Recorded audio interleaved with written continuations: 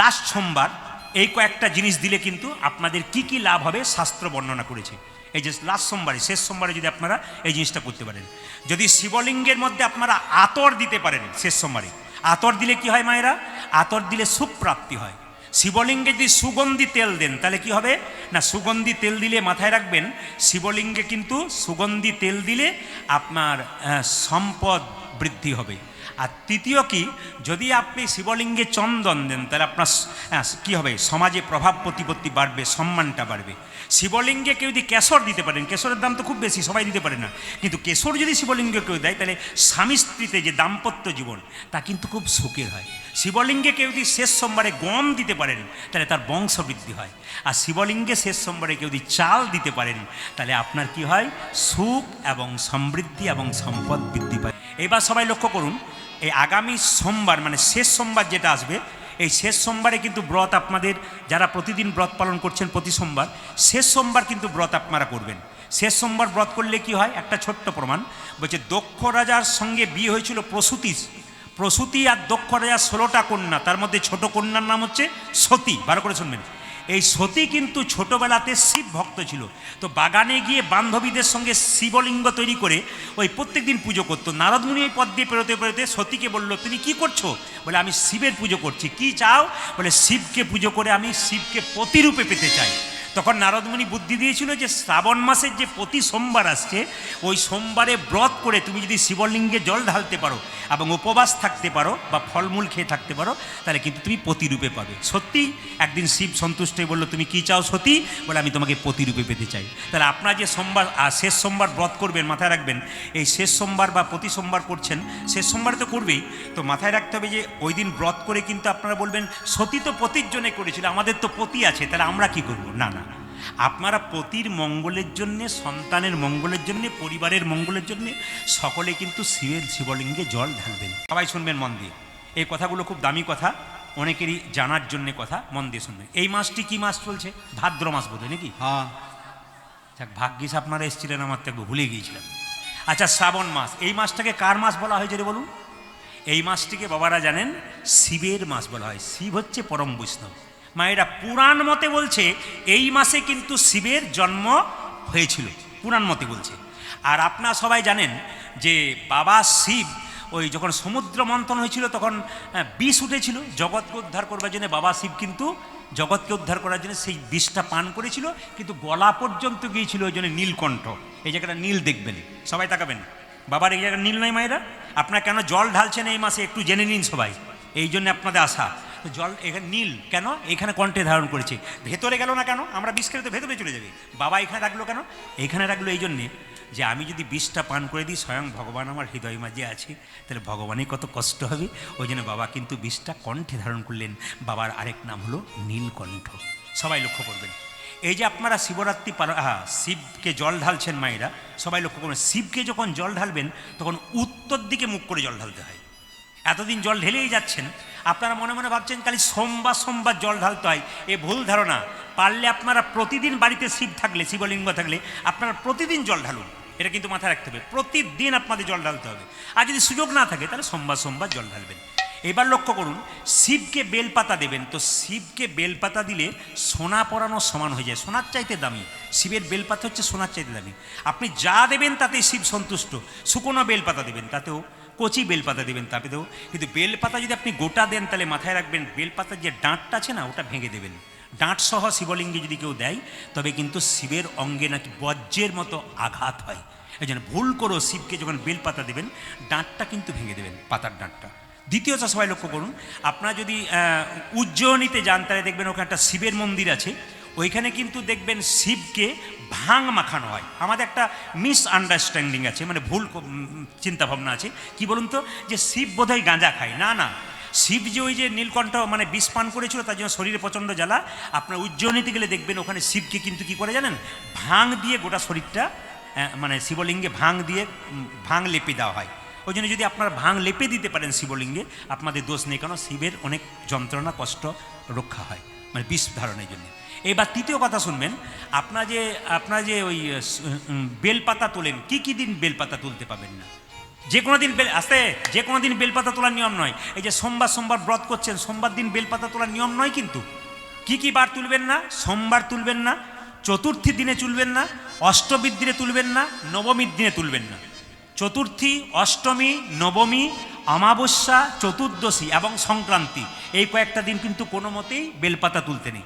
পাতা কিন্তু আপনি জলে ভিজিয়ে রাখবেন, পরের দিন কিন্তু আপনি শিবকে দিতে পারবেন পাতা। কিন্তু মাথায় রাখবেন, ফুল কিন্তু শিবকে দেবেন বা যে কোনো দেবতাকে দেবেন, ফুল কিন্তু কোনো মতেই আপনারা জলে ভিজিয়ে দেবেন না। জলে যদি ডুবিয়ে দেন তারপর সেই ফুলটা দেন, তাহলে ওটা নির্মাল্য হয়ে যায়। ওটা কিন্তু দেব দেবতা বা গোবিন্দ কোনোদিন গ্রহণ করে না। ওই জন্য ফুল কোনোদিন জলে ডুবিয়ে দেবেন না। ফুল যদি বাড়ি থাকে আপনি জল ছিটিয়ে দেবেন। এবারে প্রশ্ন করবেন, তাহলে মালাকারের বাড়িতে 3 দিন 4 দিন ধরে ফুল থাকে, তাহলে ওটা কি হবে? আচারেন্দু বলে একটা গ্রন্থ আছে, আচারেন্দু, ওতে পরিষ্কার করে লেখা আছে মালাকারের গৃহে কোনো দোষ নেই। তবে মালাকাররা দেখবেন যারা প্রকৃত মালাকার তারা জল ছিটিয়ে দেয়, ফুলগুলোকে জলে কিন্তু ডোবায় না। অনেক মালাকার আছে ফুলে ডোবায় না। তো আপনার সবাই কিন্তু ফুলকে ডোবাবেন না, ফুলের মধ্যে একটু জল ছিটিয়ে দেবেন। স্বামী স্ত্রীর সম্পর্ক কিন্তু ভালো রাখবেন। যে সংসারে স্বামী স্ত্রীর সম্পর্ক ভালো নয়, ওখানে কৃষ্ণ কোনো মতে আসতে পারে না। ভগবান বলেছেন, যেখানে শান্তি আছে সেখানে আমি আছি, যেখানে শান্তি নাই সেখানে আমি নাই। আপনার স্বামী স্ত্রীতে কলহ করবেন, বিবাদ করবেন, সংসারটাকে আগুনে জ্বালাবেন, কৃষ্ণ কোনোদিন আপনাদের বাড়ি আসবে না। আচার্য বিনোভাবে বলে একজন পণ্ডিত বলেছেন যে where there is faith there is love, যেখানে বিশ্বাস সেখানে ভালোবাসা। দুজনের মধ্যে বিশ্বাস থাকতে হবে, তবে ভালোবাসা জন্মাবে। খুব সুন্দর কথাগুলো শুনবেন, বড় বড় পণ্ডিতের কথা। স্বামী স্ত্রীর মধ্যে যদি বিশ্বাস থাকে নিজেকে একজন একজনকে, তাহলে আপনাদের ভালোবাসাটা পাকা হবে। আর where there is love there is peace, যেখানে ভালোবাসা সেখানে শান্তি। আর where there is peace there is God, যেখানে শান্তি সেখানে ভগবান। তা আপনার বাড়িতে শান্তিই নেই, আপনার ভগবান আসবে কি করে? ওই জন্য মনটাকে শান্তি করতে গেলে এখানে আসতে হবে। এই ফাঁকে কয়েকটা কথা বলে দিই। আমি এক জায়গায় পড়ছিলাম, খুব ভালো কথা, যে মেয়েদেরকে মানে স্ত্রীকে 3 জায়গায় ছাড়বেন না। কথাগুলো মাথায় রাখবেন, বড় বড় পণ্ডিতের কথা। স্ত্রীদেরকে 3 জায়গায় ছাড়তে নাই, 3 জায়গা থেকে। তোর স্ত্রী খুব অসুস্থ, আপনি বাইরে কাজ করছেন, সেই সময় স্ত্রীর সঙ্গ আপনি দেবেন। তার কি প্রয়োজন কি না, স্বামীকে তার সঙ্গে থাকতে হয়। অসুস্থ অবস্থায় স্ত্রীকে ছেড়ে কোথাও যাবেন না, তার সঙ্গ দেবেন। পয়সা দেওয়াটা কিন্তু বড় কথা নয়, আমি বারবার বলবো। কীর্তন শোনাটা বড় কথা। কীর্তন শুনতে এসে পয়সা দিয়ে দিলেন, ওটা বিরাট কিছু হয়ে গেল, আমি কিছু মনে করছি না। কীর্তন শুনতে এসে কীর্তন শুনুন, শেষে দেবেন, এগুলো ডিস্টার্ব হয়। পয়সা দেওয়াটা একবারে বড় কথা নয়, কিন্তু আপনার শেষে দেবেন, কীর্তনটা শোনার কথা। তাহলে অসুস্থ অবস্থায় স্ত্রী যখন অসুস্থ, আপনাদের কি নিমন্ত্রণ করা হয় নাই নাকি? ওখানে দাঁড়িয়ে আছেন, ভেতরে বসুন। ওরকম করে পুরুষ মানুষরা যারা আসে আর যায় তাদের জন্য, মেয়েদের দাঁড়ানোর নিয়ম নয়। বাসে মেয়েরা দাঁড়ালে কোনো পুরুষ মানুষ তাকে বলে একটু সিট দিয়ে দিই, কেন? তারা দাঁড়িয়ে আছে, আপনারা দাঁড়িয়ে থাকবেন কেন? হরে কৃষ্ণ। আপনি মা হয়েছেন, অপরাধ নেবেন না। মাটি যদি হয় খাঁটি, তবে সন্তান কিন্তু ভালো হবে, ফসল ভালো হবে। তা মা যদি দাঁড়িয়ে কীর্তন শোনে, আপনার ছেলে তো ভবিষ্যতে দেখবেন এরকম দাঁড়িয়ে দাঁড়িয়ে কীর্তন শোনার কাছ থেকে নিতাই গৌর হরিবোল হয়ে যাবে। আপনি যেমন হবেন, আপনার থেকে তো মাটি তৈরি হয়েছে, মাটি থেকে সন্তান তৈরি হয়েছে। আপনি ভালো হন, দেখবেন কাজ আছে। আর যদি মনে করেন যে আপনার বাড়িতে এখন কাজ আছে, এখনই গিয়ে করতে হবে কিছু, তাহলে অসুবিধা নেই, নিতাই গৌর হরিবোল। রাধে রাধে মায়েরা, রাধে। তাহলে প্রথম অবস্থায় কি বললাম? মায়েদেরকে স্ত্রীদেরকে অসুস্থ অবস্থায় ছেড়ে যেতে নেই। আপনার টাকা দরকার, কাজে যাবেন, কিন্তু সময় দেবেন স্ত্রীকে বেশি। 2 নম্বর, সবাই শুনবেন মায়েরা, সমাজ বা পরিবার যদি আপনার স্ত্রীকে কলঙ্ক দেয়, আপনার স্ত্রীর নামে আপনার সামনে খারাপ কথা বলে, আর যদি জানেন যে আপনার স্ত্রী কোনো খারাপ কাজ করেনি, অবশ্যই ভালো আপনার বিশ্বাস আছে, আপনি সেই সময় আপনার স্ত্রীকে ছেড়ে যাবেন না। বলবেন, কেউ থাক আর না থাক, আমি তোমার পাশে আছি। এটা কিন্তু আপনাকে কথা দিতে হবে, তবে কিন্তু শান্তি আছে। 3 নম্বরটা কি বলুন তো? স্ত্রীদেরকে খুব প্রয়োজন ছাড়া পরপুরুষের সঙ্গে ছাড়বেন না। আমার কথা নয় কিন্তু, পণ্ডিতদের।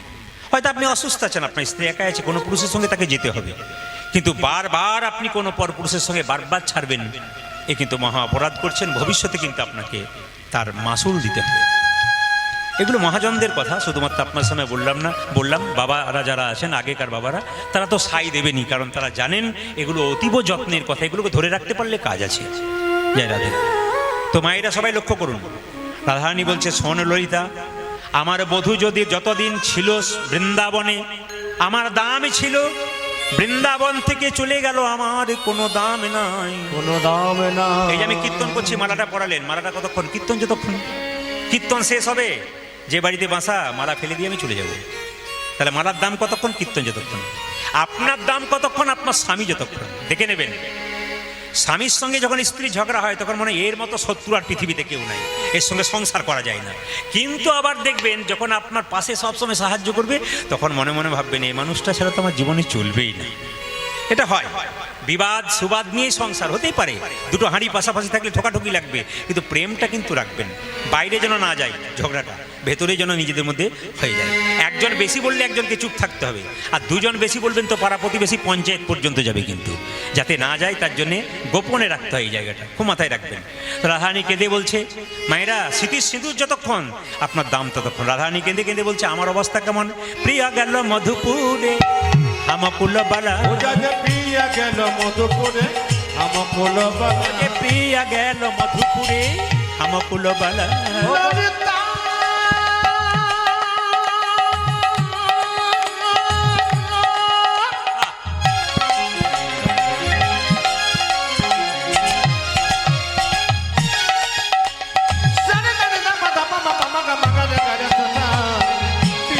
মধুপুরে হামকুল বালা, ও যে প্রিয়া গেল মধুপুরে হামকুল বালা, ও প্রিয়া গেল মধুপুরে হাম গেল বালা। বিপথে পরল জইছে মালতীর মালা, আজ বিপদে পরল জইছে মালতীর মালা, ও যে বিপথে পরল জইছে মালতীর মালা, ও বিপদে পরল জইছে মালতীর মালা। আমার দশা তেমনি হলো, ও যদি আমার দশা এমনি হলো, ও যে আমার দশা তেমনি হলো, আমার দশা এমনি হলো। ওই মালতীর মালার মতো আমার দশা তেমনি হলো। ও যদি মালতীর মালার মতো আমার দশা এমনি হলো।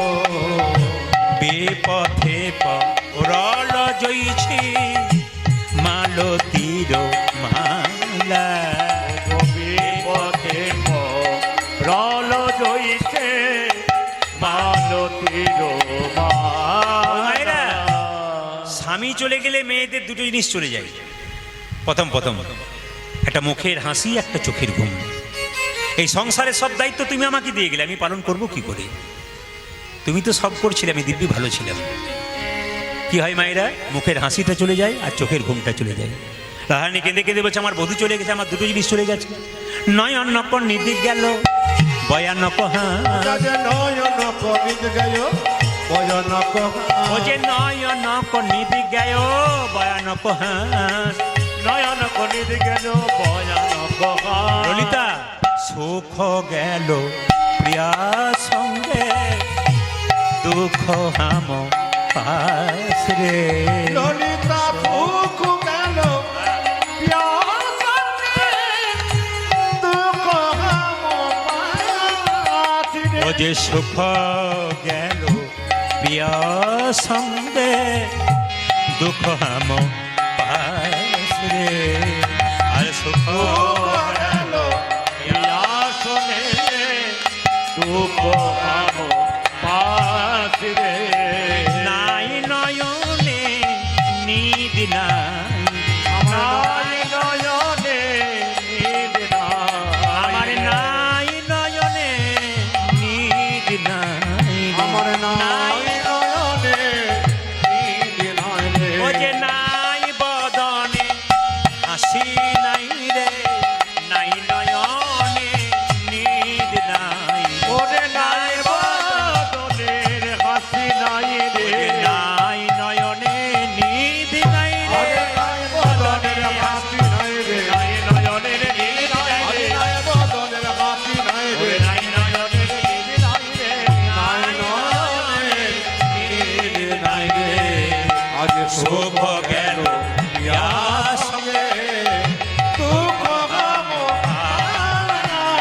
সুখ গেল বিয়াসনে সুখ হাম পাশে রে।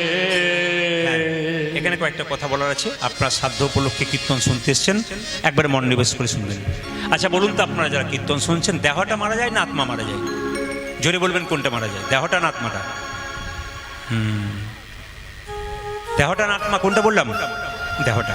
শাস্ত্র বলেছে, মন দিয়ে শুনবেন, বাসাংসি জিন্নানি যথা বিহায় নবানি ঘিন্নাতি নরহ পরাণী তথা শরীরানি বিহায় জিন্নান্নানি সংজাতি নবানি দেহি। আমি সংস্কৃত বল দিলাম, বুঝতেই পারলেন না। যারা বোঝে না তারা বললো দিব্যি সংস্কৃত বলছিল গো, কিন্তু বুঝতে পারলেন না। বুঝতে হবে, যিনি বুঝে যাবেন তিনি পাকা হবেন। সহজভাবে বোঝাই, যে কাপড়টা আপনি পরেছেন, যেটা আমরা পরেছি, ওটা যখন জীর্ণ হবে, জীর্ণ, ওই কাপড়টা আপনি ছেড়ে দেবেন, নতুন কাপড় পরবেন। বলুন, নতুন কাপড় পরলে আনন্দ হয় না দুঃখ হয়? জোরে বলুন। অনেকে দুরকম বলছে, আনন্দ, কেউ বলছে দুঃখ। সে ভোটের সময় দেখেন না, কিছু কিছু লোক আছে দুপক্ষেই মুড়ি খায়। কাকে যে ভোট দেয় ভগবান ছাড়া কেউ জানে না। এই জন্য কেউ বলছে আনন্দ হয়, কেউ বলছে দুঃখ হয়। না না, আপনি কাপড় যখন পরিবর্তন করবেন মায়েরা, তখন তো আনন্দ হবে। নতুন কাপড় পরলে সবার ক্ষেত্রে আনন্দ হবে নতুন পরলে। তাহলে এখন শাস্ত্র বলছে যে এই দেহটা যখন জীর্ণ হয়, সে কম বয়সে হতে পারে, বেশি বয়সে হতে পারে, আত্মা কি করে, জীর্ণ দেহ ত্যাগ করে অন্য দেহে চলে যায়। তাহলে যিনি মারা গেছেন, যার নিমিত্তে কীর্তন, তিনি কোথায় গেলেন? তার আত্মাটা। প্রদীপ পাল যেদিন মারা যাবে, তার আত্মা কোথায় যাবে? আপনারা মারা যাবেন, আপনার আত্মা কোথায় যাবে? শাস্ত্র কি বললো দেখুন। মানুষকুলে জন্মগ্রহণ করে কেউ যদি পশুর মতো কর্ম করে, পরের জন্মে তার পশুকুলে জন্ম হবে। এমন আমার মানুষ হয় দেখবেন পশুর মতো আচরণ করে। আপনি ভালো কাজ করুন, আপনার নিন্দা করে বেড়াচ্ছে, আপনাকে গাল দিয়ে বেড়াচ্ছে, এরা কিন্তু পশুর মতো কর্ম করছে। কেন বলুন তো? এরা তো আগের জন্মে খারাপ কাজ করেছে, এই জন্মে খারাপ কাজ করছে, পরের জন্মে পশুকুলে আবার জন্ম হবে। এবার দেখুন, মানুষকুলে জন্মগ্রহণ করে কেউ যদি মানুষের মতো কর্ম করে, তো পরের জন্মে মানুষ হবে।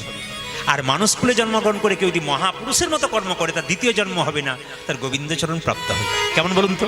যে ধানকে সেদ্ধ করে মাঠে ছড়ানো হয়, তার যেমন দ্বিতীয় কাজ হয় না, যে দেহ হরিনামে সিদ্ধ হয়ে যায়, তার দ্বিতীয় জন্ম হয় না, তার গোবিন্দের চরণে প্রাপ্ত হয়ে।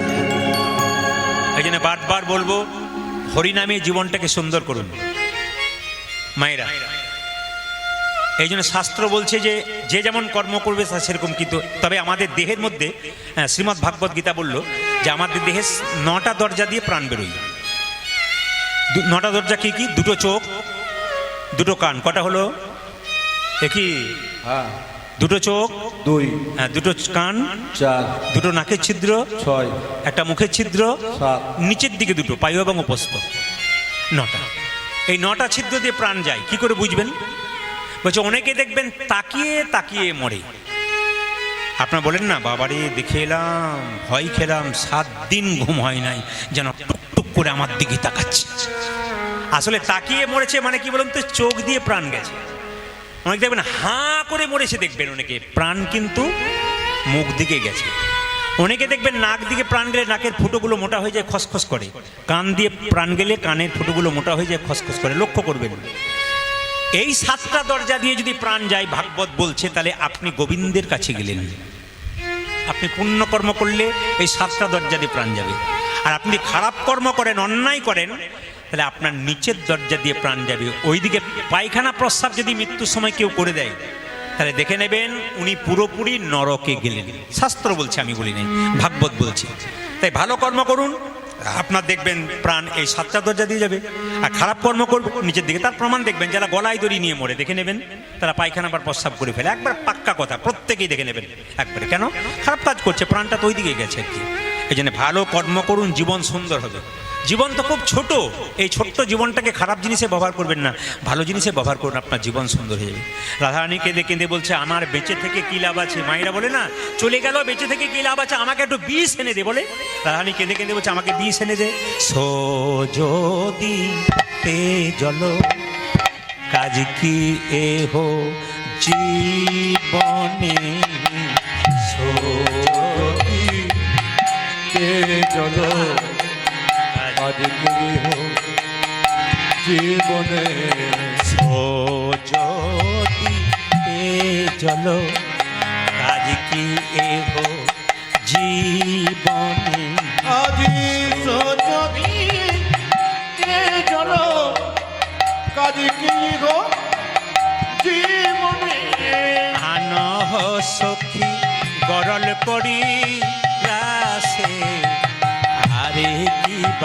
আজ জানো সখী গরল করে রাতে আজ কিবা আনহ সখী গরল করি গ্রাসে আরে কিবা আজ জানো সখী গরল করে রাতে আনব কিবা আমায় দে দে গরল এনে দে আমায় দেবে গরল এনে দে দে দে গরল এনে দে গরল খেয়ে টানতে জীব দে দে গরল এনে দে গরল খেয়ে টানতে জীব এনে দে আনহ সখী গরল করি দাসে আরে কিবা আনহ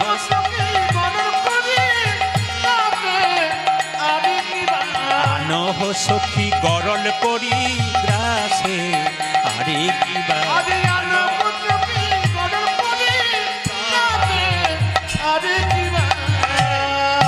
আমি যখন মরে যাব না আমাকে আগুনও পোড়াবি না জলেও ভাসাবি না কি করব নীরে নাহি দাহবি অনলে নাহি দাহবি নীরে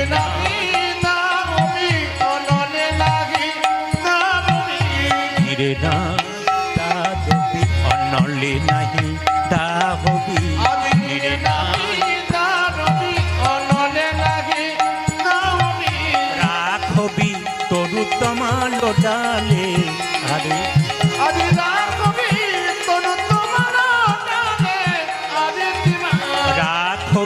তরু তমাল ডালে আরে কিবা আরে রাখবি তরু তমাল ডালে আরে কিবা আমায় তমাল ডালে বেঁধে রাখবি তমাল ডালে বেঁধে রাখবি তমাল ডালে বেঁধে রাখবি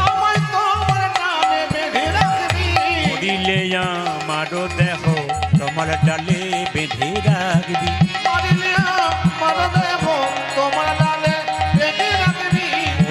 আমারও দেহ তমাল ডালে বেঁধে রাখবি আমারও দেব তমাল ডালে বেঁধে রাখবি রাখবি তরু তমাল ডালে আরে কিবা রাখবি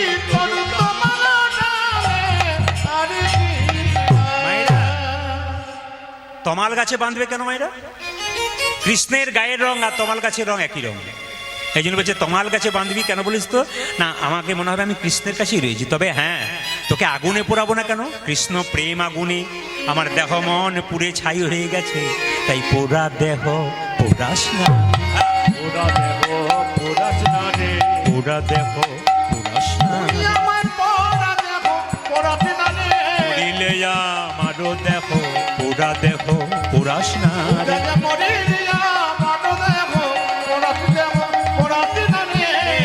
আগুনে পুড়ে ছাই হয়েছে আর পোড়া দেহ পোড়াস না তাহলে আমাকে জলে ভাসাবি না কেন না যদি জলে ভাসিয়ে দিস তাহলে ভাসতে ভাসতে মথুরার ঘাটে গিয়ে লাগবে আর মথুরার মেয়েরা জল নিতে এসে দেখবে আমার গায়ে কৃষ্ণ নাম লেখা আছে সবাই আমার বধূর নামে কলঙ্ক দেবে দেখ দেখ মেয়েটির গায়ে কৃষ্ণ নাম লেখা আছে অথচ দেহটার কোনো গতি হয়নি আজ থেকে কেউ কৃষ্ণ প্রেম করবি না আমার বধূর নামে কলঙ্ক হবে আঙ্গুল দেখিয়ে সবাইকে বলবে কৃষ্ণ প্রেমের এই কি রীতি কৃষ্ণ প্রেমের এই কি রীতি কৃষ্ণ প্রেমের এই কি রীতি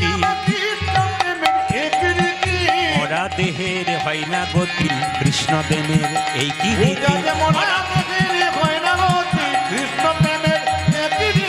মরা দেহের হয় না গতি কৃষ্ণ প্রেমের এই কি রীতি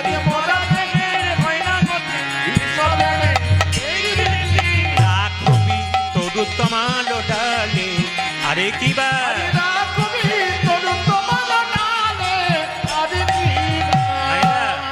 বলছে আচ্ছা তমাল গাছে তোকে বেঁধে রাখবো বলে হ্যাঁ তমাল গাছে ঝুলিয়ে রাখবি তবে কাক পক্ষীকে বলবি যদি আমার শরীরটাকে ওরা খেয়ে নেয় খাবে দুটো জিনিস যেন না খায় দেখুন দাদানি বলছে আমার শরীরের সব অংশ খেয়ে নিক কিন্তু কাক পক্ষীকে বলবে আমার দেহের দুটো অংশ যেন কেন না না খায় কোন দুটো আমার নয়ন দুটো শরীর চলে যাক বধূ যদি কোনোদিন ফিরে আসে আমি নয়ন ভরে দেখবো নয়ন ভরে দেখবো তার আমি নয়নে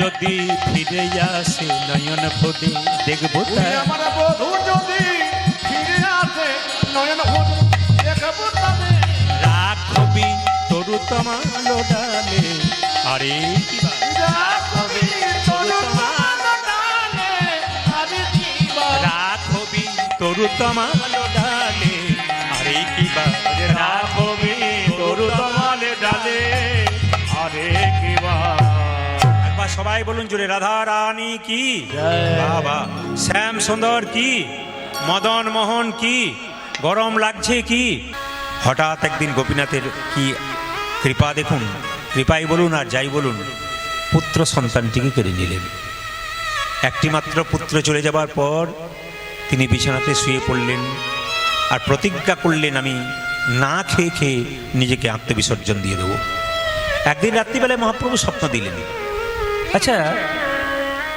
তুমি তো আমার বাবা এক বাবার যদি দুটো ছেলে থাকে একটা ছেলে যদি মরে যায় তবে একটা ছেলেকে কি সেবা দেবে না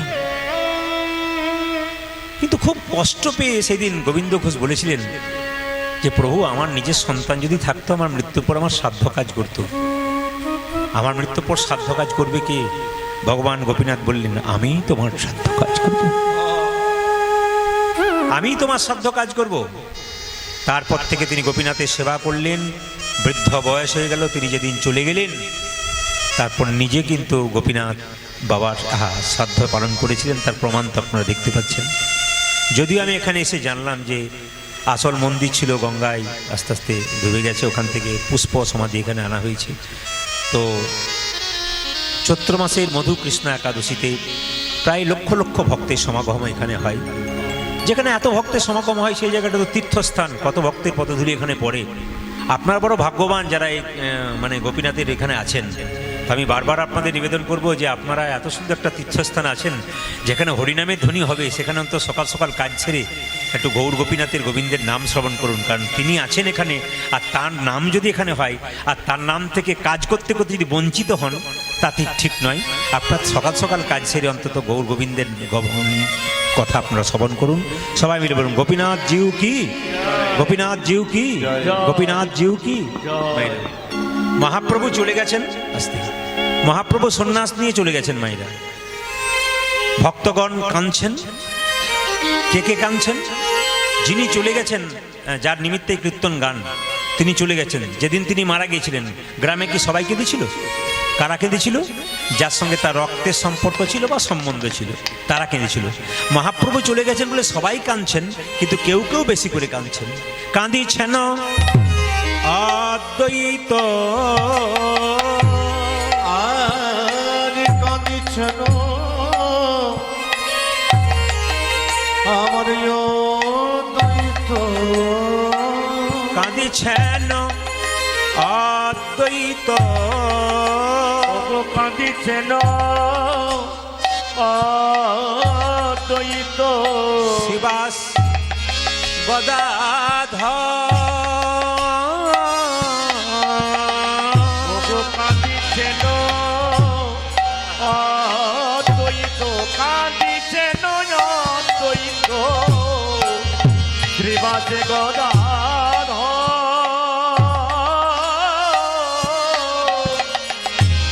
বাসুদেব আমার বাসুদেব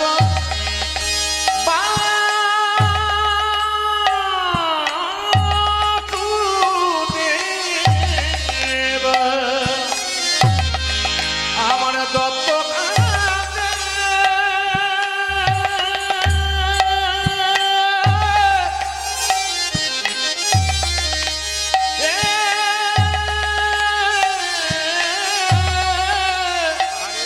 ওই আমার মুরারি বকে বকে কাঁদে রে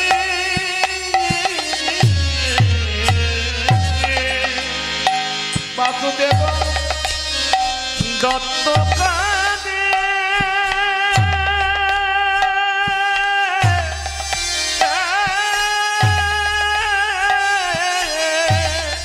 ওই আমার মোরারি বকে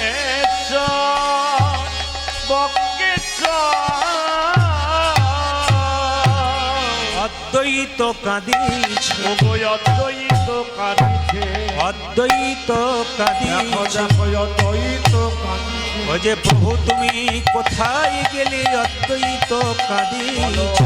প্রভু তুমি কোথায় গেলে অদ্বৈত কাঁদিছে, ও যে প্রভু তুমি কোথায় গেলে অদ্বৈত বলো কাঁদিছে। বলো প্রভু তুমি কোথায় গেলে অদ্বৈত কাঁদিছে। ও যে হা গৌর প্রাণ গৌর বলে অদ্বৈত কাঁদি। ওগো হা গৌর প্রাণে গৌর বলে অদ্বৈত ও কাঁদিছে, যে হা গৌর প্রাণ গৌর বলে অদ্বৈত কাঁদি। ও যে হা গৌর প্রাণ গৌর বলে নয়নে জলে বুক ভাসায়ে, গৌর প্রাণ গৌর বলে, প্রাণ জলে বুক ভাসায়ে, গৌর প্রাণ গৌর বলে, প্রাণ জলে বুক ভাসায়ে, গৌর প্রাণ গৌর বলে, প্রাণ জলে বুক ভাসায়ে। গৌর প্রাণ গৌর বলে, অদ্বৈত কাঁদিছে। আমার বাসুদেব বাসু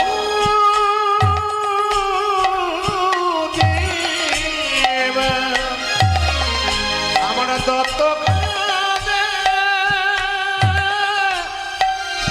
হে মোরা জীবন গোটাই আমার মোরা জীবন ধরে মোরা জীবনকে ভক্তগণ কেঁদে কেঁদে বলছি কোথায় বা গেলে হে। বলো বলো কোথায় বা গেলে, কোথায় বা গেলে হে। কোথায় বা গেলে হে ভক্তগণকে কাঁদাইয়ে কোথায় বা গেলে হে। ওই আমার ভক্তগণকে কাঁদাইয়ে বলো কোথায় বা গেলে হে। সোনার নদে আধারি করে কোথায় বা গেলে হে। ওগো সোনার নদে আধার করে কোথায় বা গেলে হে।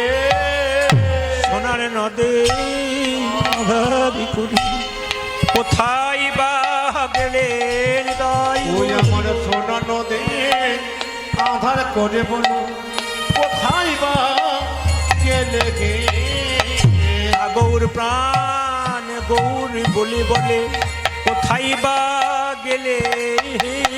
ওগো হাগর প্রাণ গৌর বলে, ও যে ভক্ত গণকে কাঁদাই। ওটা দেখা গৌর প্রাণ গৌর বলে। ভক্ত গণকে কাঁদাই। ওটা দেখা গৌর প্রাণ গৌর বলে। ভক্ত গণকে কাঁদাই। গৌর প্রাণ গৌর বলে। ভক্ত গণকে কাঁদাই। গৌর প্রাণ গৌর বলে কোথায় বা গেলে হে। সংসারের জন্য কেঁদো না, কাঁদবে যদি তবে ভগবানের জন্য কাঁদো। ভগবানের জন্যে কাঁদো, ছেলের জন্য কাঁদবে, মেয়ের জন্য কাঁদবে, শেষে ছেলে মেয়ে প্রশ্ন করবে তুমি আমার জন্য করেছো কি। আপনি মনে মনে ভাববেন যার জন্যে করি চুরি সে কিনা বলে চোর, কিন্তু দিনের মাথায় সমস্ত কর্মের পর কি যদি একবার হা গৌর প্রাণ গৌর বললে কাঁদিতে পারি। কাঁদিতে পারি। হে গৌর তোমার হলাম বলে দুটি নয়ন জলে বুক ভাসাইয়ে কেউ যদি একবার কাঁদতে পারে গৌর গোবিন্দের কৃপা হয়। এই জন্য বলেছি বাবা, সংসারের জন্য যদি কেউ কাঁদে তবে জ্বালাতন ভোগ করে, কষ্ট পায়। আর ভগবানের জন্য কাঁদাতে যদি কারো চোখ থেকে জল পেরোয় তাতে আনন্দের জল। যত কৃষ্ণের জন্য গৌরের জন্য কাঁদবেন তো ভগবান কৃষ্ণ নিজের মুখে বলেছেন যে আমাকে বিনামূল্যে যদি কেউ কিনতে চায় তাহলে কোনো টাকা পয়সার দরকার হবে না, শুধু রাধা রাধা নাম করলেই হয়। এই জন্য আপনার রাধে রাধে বলুন, দেখবেন আপনার কৃষ্ণকে নিশ্চয়ই বিনামূল্যে কিনতে পারবেন। আর ভগবান কৃষ্ণ নিজের মুখে বলেছেন যে আমি যে রাধার দাস ইহাতে সন্দেহ যার, কোটি কোটি যুগ ভজয় আমার সকল ভজনা বিফলে তার। কৃষ্ণ যে রাধার দাস এতে কোনো ব্যক্তি যদি সন্দেহ থাকে আর কোটি কোটি যুগ ধরে যদি ভগবানকে ভজনা করে কোনো মতেই সে ভগবান পাবে না। তাই রাধে রাধে তো বলতে হবে, জোরে বলুন রাধে রাধে। কাল সকাল থেকে একজন একজনকে দেখবেন, চেষ্টা করবেন বলবার রাধে রাধে। কাউকে হ্যালো করছেন, হ্যালো বাদ দিয়ে বলুন না রাধে রাধে। ওপাশ থেকে যদি না বলে 2-4 দিন পরে দেখবেন ও রাধে রাধে বলবে। আপনি সবাইকে বলান এবং বলুন, এটাই মহাপ্রভু শিখিয়েছেন। তাই আসুন আমরা সবাই মিলে একটু চলো রে মন, একটু বৃন্দাবনে যাই সবাই মিলে। চলো রে চলো মন, হরি দর্শন, জয় রাধে জয় কৃষ্ণ জয় বৃন্দাবন। ওই একবার চলো রে চলো রে আমার মন, হরি দর্শন, জয় রাধে জয় কৃষ্ণ জয় বৃন্দাবন। চলো রে চলো মন, হরি দর্শন, জয় রাধে জয় কৃষ্ণ জয় বৃন্দাবন। রুদ্ধনি হ্যাঁ। চলো রে চলো মন, হরি দর্শন, জয় রাধে জয় কৃষ্ণ জয় বৃন্দাবন। কেশি ঘাট বংশীবট নিকুঞ্জ কানন কানন।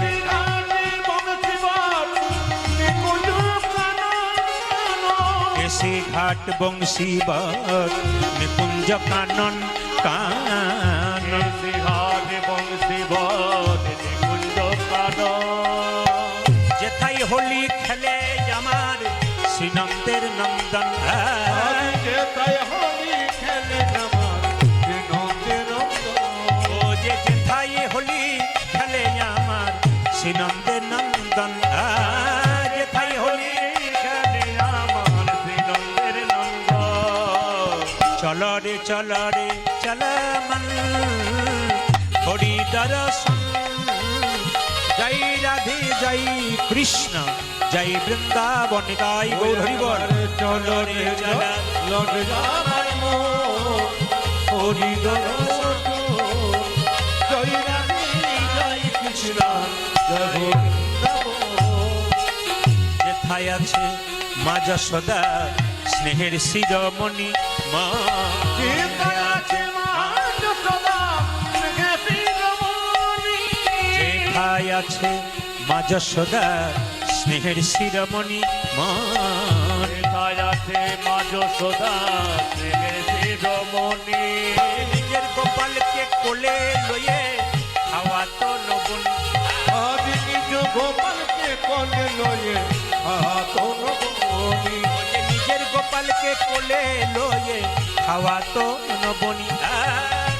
গোপালকে কোলে করে খাওয়া তো নবনে। মধুমাখা মাখি সেজে স্নেহেরি বন্দন। জয় রাধে জয় কৃষ্ণ জয় বৃন্দাবন। গাই গৌর হরি বল।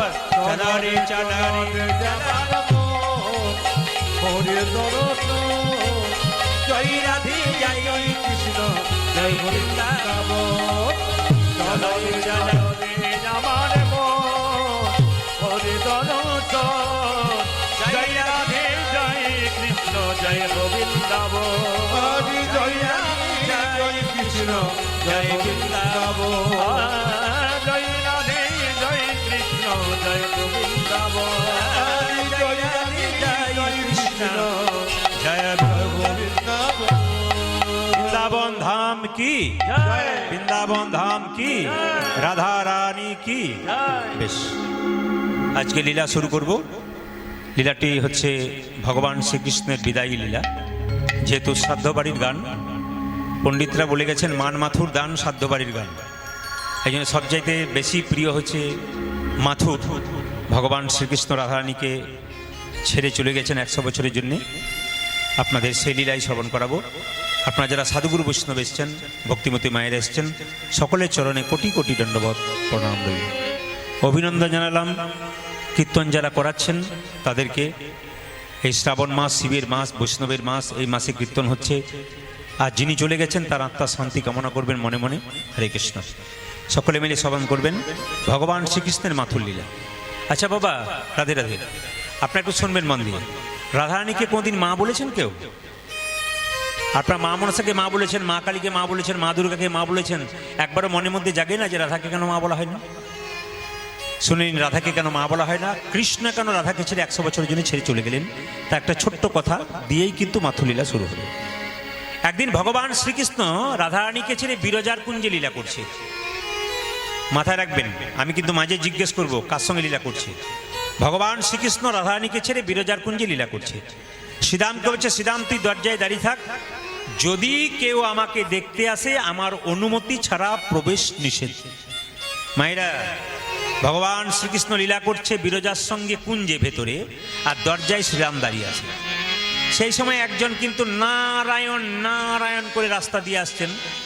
আপনারা নিশ্চয়ই চিনতে পেরেছেন উনি কে, যিনি নারায়ণ করছেন তিনি কে? একটু জোরে বলুন কে? নারদ। এমনভাবে বলছেন যে আপনাদের পাড়ার লোক বোধ হয়। না না, আমি সেই নারদের কথা বলিনি যে নারদ শুধু ঝগড়া লাগায়। বলুন কৃষ্ণ। দরজায় কে দাঁড়িয়েছে মা? শ্রীরাম। যখন দাঁড়িয়ে আছে সেই পথ দিয়ে যাচ্ছে নারদমণি বিনা বায়াতে বায়াতে। তুমি রবে দাঁড়ি অলোক বিহারী, নামের বর্ণে বর্ণে সুধা ঝরে। উলুধ্বনি। তুমি রবে দাঁড়ে অলোক বিহারী, নামেরি বর্ণে বর্ণে শোভা ঝরে। তুমি রবি দাঁড়ি অলোক বিহারী, নামের বর্ণে বর্ণে সুধা ঝরে। তুমি রবে দাঁড়ে অলোক বিহারে, নামের বর্ণে বর্ণে দয়াল শিরোমণি করুণার খনি তুমি। তুমি দয়াল শিরোমণি করুণার খনি। দয়াল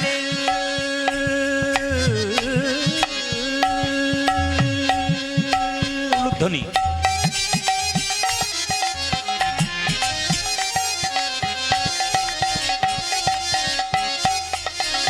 ও তুমি দয়াল শিরোমণি করুণার খনি। দয়াল শিরোমণি করুণার খনি তুমি। ও তুমি দয়াল শিরোমণি করুণার খনি। তব পদাশিস দাও কৃপা করে, নামের বর্ণে বর্ণে সুধা ঝরে। উলুধ্বনি।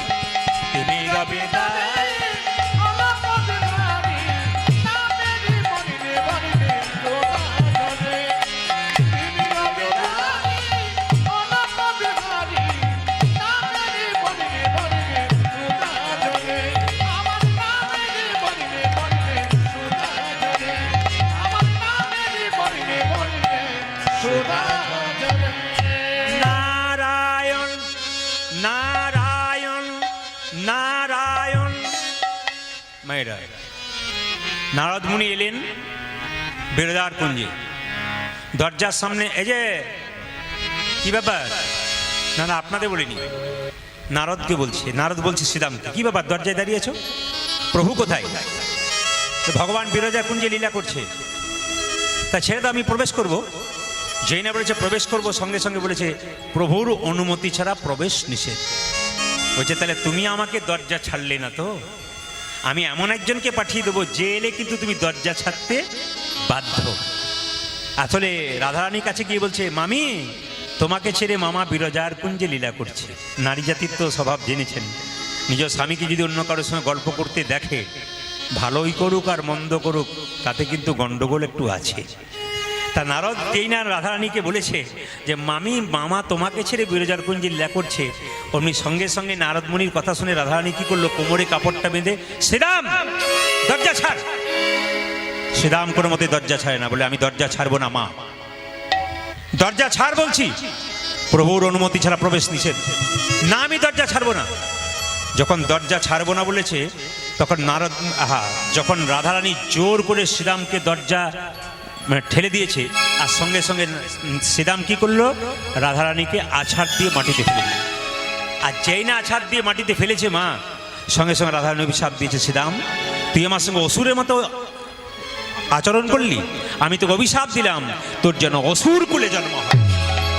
শ্রীরাম হলো শঙ্খচূড়। সঙ্গে সঙ্গে শ্রীরাম বলল, রাধে তুমি যখন আমাকে অভিশাপ দিলে, তোমাকে আমি মা বলে রেখেছিলাম। তুমি যদি পুত্রকে অভিশাপ দিলে যে জন্ম হোক তোমার দৈত্যকুলে, দৈত্যকুলে জন্ম হওয়া মানে তো ভগবানকে ভুলে থাকা। তাহলে আমি যদি ভগবানকে ভুলে থাকি তবে তোমাকে একটা অভিশাপ দিলাম, দুটো অভিশাপ দেবো। প্রথম অভিশাপ, আজ থেকে তোমাকে কেউ কোনোদিন মা বলে ডাকবে না। দ্বিতীয় অভিশাপ, তুমি যে কৃষ্ণের জন্য কাঙ্গালিনী হয়ে ছুটে এলে সেই কৃষ্ণকে তুমি 100 বছরের জন্য হারাবে। রাধারানী কেঁদে কেঁদে বলল, শ্রীরামেরে তুই আমায় অভিশাপ দিলি, আমি মা হব না তাতে কোনো অভিমান নাই, কিন্তু যদি আমি কৃষ্ণ ছাড়া হই তবে আমি বৃন্দাবনে কি নিয়ে বেঁচে থাকবো? আমাকে কৃষ্ণ ছাড়া হতে বলিস না। কিন্তু যে অভিশাপ দিয়েছে সে অভিশাপ কিন্তু আর ফেরত নেওয়া যায় না। তাই রাধারানী যখন অভিশাপ পেলেন 100 বছরের জন্য কৃষ্ণকে হারিয়েছে, তখন কেঁদে কেঁদে রাধারানী সখীদেরকে বলছে, সখী আমি একটা কৃষ্ণ প্রেমের বীজ রোপণ করেছিলাম, কিন্তু আমার কি হলো জানিস, অঙ্কুরেই বিনাশ হয়ে গেল। আরে আরে প্রেম প্রেম অঙ্কুর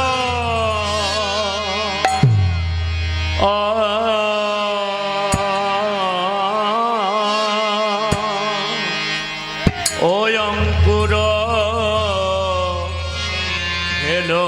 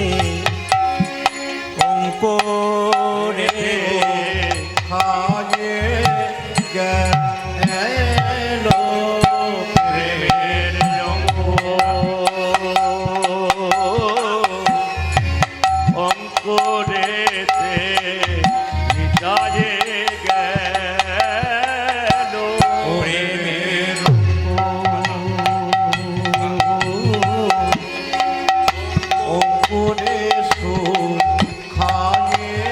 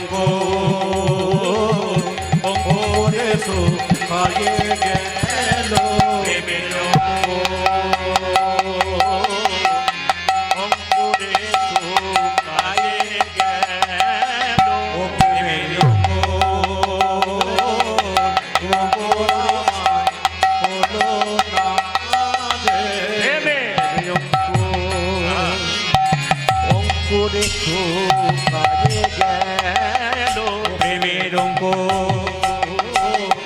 অঙ্কুরে শুকায়ে গেল প্রেমের অঙ্কুরে শুকায়ে গেল প্রেমের অঙ্কুরে শুকায়ে গেল প্রেমের অঙ্কুর আমার হলো না রে প্রেমের অঙ্কুরে শুকায়ে গেল প্রেমের অঙ্কুরে শুকায়ে গেল প্রেমের অঙ্কুরে শুকায়ে গেল অঙ্কুর আমার শুকায়ে গেল প্রেমের অঙ্কুরে শুকায়ে গেল প্রেমের অঙ্কুরে শুকায়ে গেল প্রেমের অঙ্কুরে শুকায়ে গেল অঙ্কুরে শুকায়ে গেল প্রেমের অঙ্কুরে শুকায়ে গেল প্রেমের অঙ্কুরে শুকায়ে গেল প্রেমের অঙ্কুরে শুকায়ে গেল প্রেমের অঙ্কুরে শুকায়ে গেল প্রেমের অঙ্কুরে শুকায়ে গেল প্রেমক অঙ্কুর সবাই মিলে একবার বলুন রাধে রাধে। রাধারানী কেঁদে কেঁদে বলছে প্রেমক অঙ্কুর জাতবা কত ভেলো প্রেমক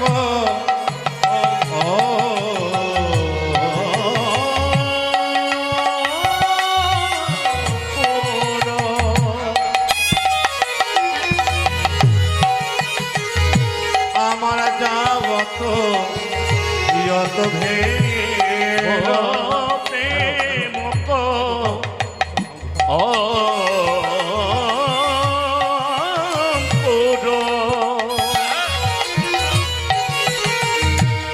ও গো যাবত যত ভেলো না ভেলো যুগল পলাশি দেখিলা না ভেলো না ভেলো যুগল দেখিলাম না ভেলো যুগল পলা ওরে পল্লবী হতে পেল না রে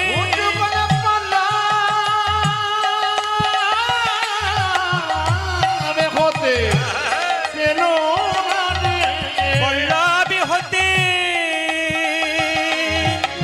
পেল পল্লবী হতে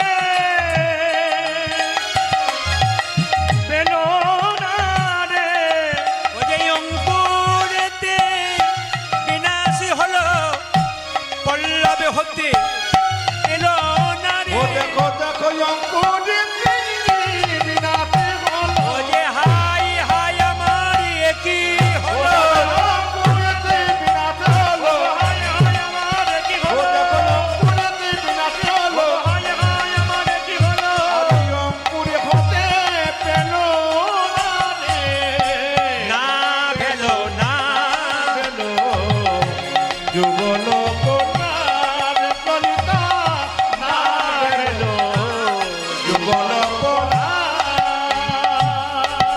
রাধারানী কেঁদে কেঁদে বলছে আমার আর আমার বধুর প্রেমটি প্রতিপাদের চাঁদের মতো আসতে আমার আর আমার বধুর প্রেমটা হচ্ছে প্রতিপদ চাঁদের মতো শব্দ করবেন না মন দিয়ে শুনবেন আমার আর আমার বধুর প্রেমটি প্রতিপদ চাঁদের মতো মায়েরা আপনারা প্রতিপদের চাঁদ দেখেছেন কেউ হচ্ছে অমাবস্যার পরে প্রতিপদ হয় তো প্রতিপদের চাঁদ দেখতে গেলে সারা রাত্রি ধরে আকাশের দিকে তাকিয়ে থাকবে এক সময় এক কোণে একটু চাঁদ দেখতে পাবেন সবাই দেখতে পায় না খুব বেশি হলে এক আধজন রাধারানী কেঁদে কেঁদে বলছে আমার আর আমার বধুর ভালোবাসাটা প্রতিপদের চাঁদের মতো কেউ দেখতে পেল কেউ দেখতে পেল না প্রতিপদ চাঁদ উদয় জয়ছে জানে প্রতিপাদ চাঁদ প্রতিপাদ চাঁদ প্রতিপাদ